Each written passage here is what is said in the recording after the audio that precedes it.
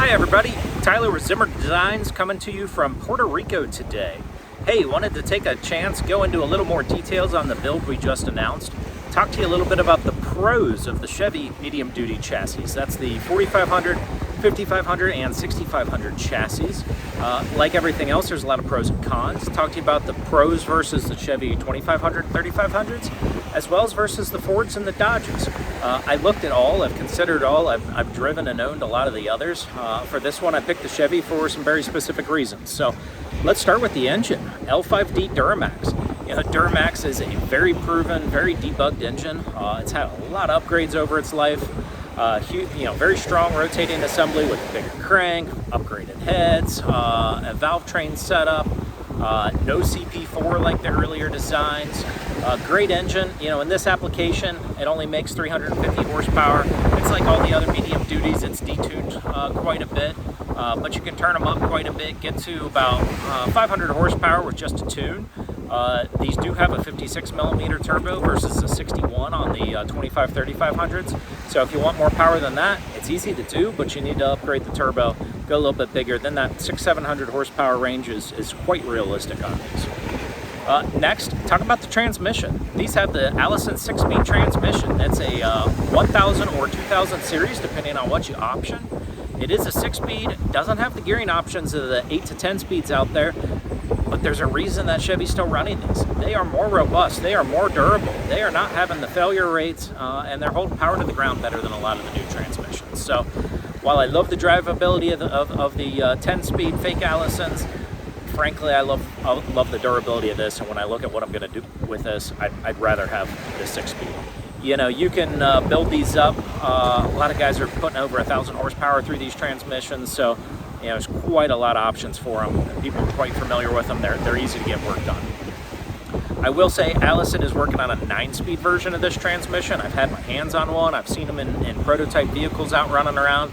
Basically adds an extra gear on the tail shaft of what's basically this existing transmission to split the gears.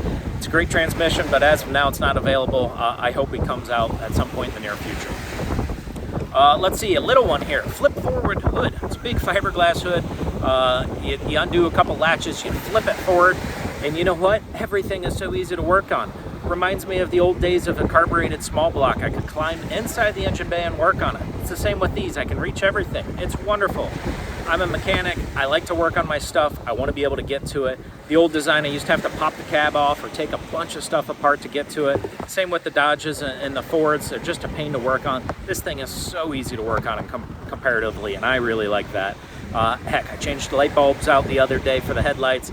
All I did is flip the hood forward, grab a screwdriver. I had both swapped in about 10 minutes and all back together. I can't do that on my earlier Chevy Dualies. Let's see, how about the T-Case? T-Case is a Meritor 3203. It is a giant behemoth. It is a 3-to-1 gear drive aluminum transfer case. It is huge. It's so huge, that's one of the downsides with the ground clearance. We'll go into that more later. But this thing is really stout. You can hammer on it quite a bit. It gets that extra gear ratio for the bigger truck.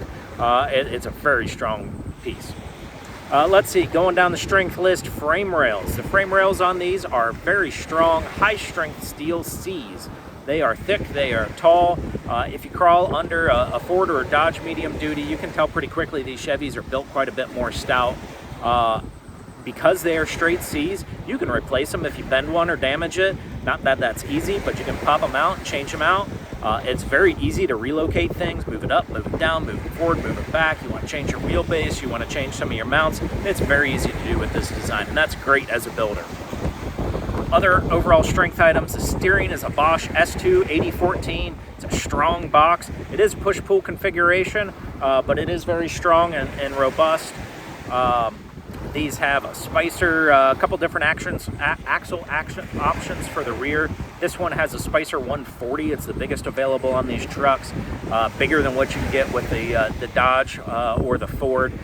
This one comes with the Detroit from the factory, so quite strong. 39 spline axle shafts, big ring and pinion. Again, meant to wheel. Has a Dana Super 60 front axle, almost identical axle to what you get in the Ford and the Dodge, so quite equal there. Other things on this truck comes with an onboard air tank, air dryer, air compressor, engine driven. So very nice for those of us that like onboard air, whether you're filling up tires or doing tools. So a great option. Actually, on the two-wheel drives, you can get an air ride rear suspension, which is wonderful. Sadly, it's not an option on the four-wheel drives. Let's see, underbody storage, stock, cab on these is very high. They put the batteries under there, they put the def tank, they put a, let's see, the air tank under there. There's a lot of space. So you'll see on the upcoming build, we're gonna put some extra fuel and water tanks under there. We're gonna do some storage under there. So a lot of space to pack things away in that area. Last thing I'd say, these go down the International assembly line.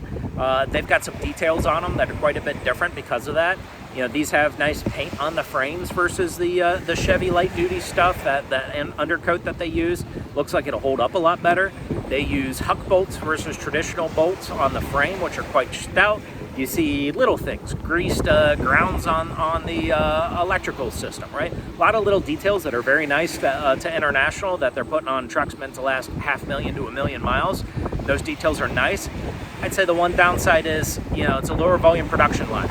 I don't know that it's quite as debugged and quite as error-proofed as going down a line that produces far more vehicles every day. So take the pros and cons on that as you will. So that's our list of pros for today. Appreciate you taking the time to listen. We'll go into the cons here on an upcoming video. Thanks.